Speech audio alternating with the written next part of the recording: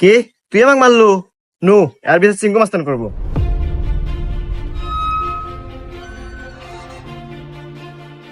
চিঙ্কু মাস্তান ও আমাকে একটা থাপড় মারছে, আর বিচার দেন।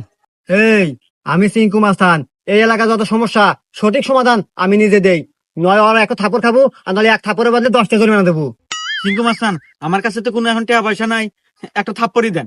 এই মার একটা থাপড়।